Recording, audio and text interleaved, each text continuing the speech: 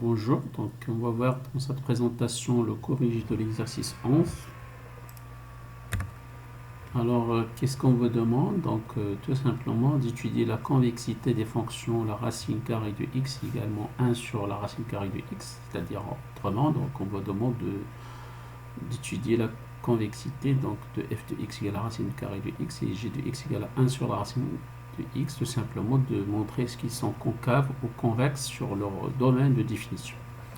Alors, juste un petit rappel sur la convexité. Alors, f est convexe sur l'intervalle fermé AB lorsque la courbe de CF sur l'intervalle fermé AB est au-dessus de toutes ses tangentes.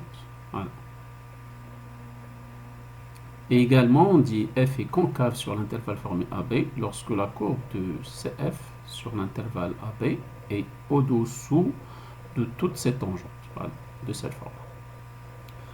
Mais pour démontrer la convexité, il y a une autre façon. Donc, tout simplement, il faut calculer donc dérivée seconde de la fonction. Alors, cf seconde de x est supérieur ou égal à 0, quel que soit x appartient à l'intervalle fermé AB, alors on peut déduire que f est convexe sur l'intervalle AB.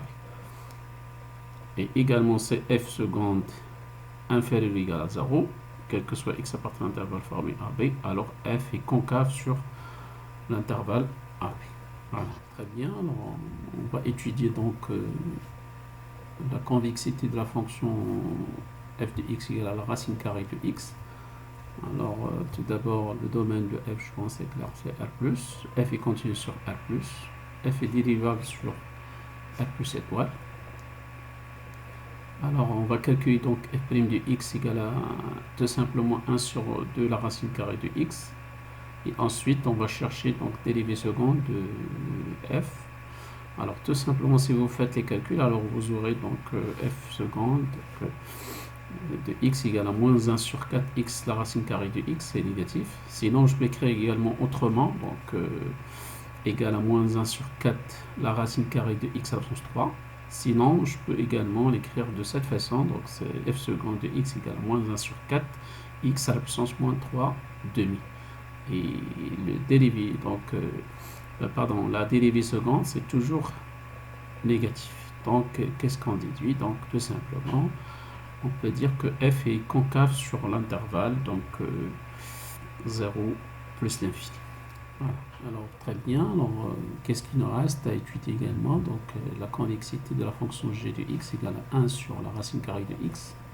Alors, domaine de f, c'est égal à R+ étoile. F est continu sur R+ étoile, également dérivable sur 0 plus l'infini, R+ étoile. Alors, tout d'abord, il faut calculer g' de x. Alors, on obtient moins 1 sur 2x, la racine carrée de x.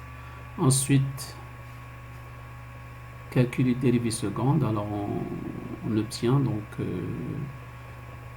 vous pouvez écrire trois formes en fait. Alors,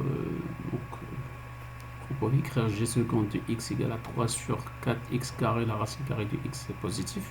Sinon, je peux également l'écrire de cette façon. G seconde de x égale à 3 sur 4, la racine carrée de x à la puissance 5. Sinon, je peux également, il y a des gens qui vont trouver également de cette façon. Donc, g seconde égale à 3 sur 4, x à la puissance moins 5 demi. Et toujours la dérivée seconde c'est positif, donc qu'est-ce qu'on déduit? Donc tout simplement sur l'intervalle 0 plus l'infini, donc on peut dire que G est convexe sur R+ étoile. Voilà, et je vous remercie.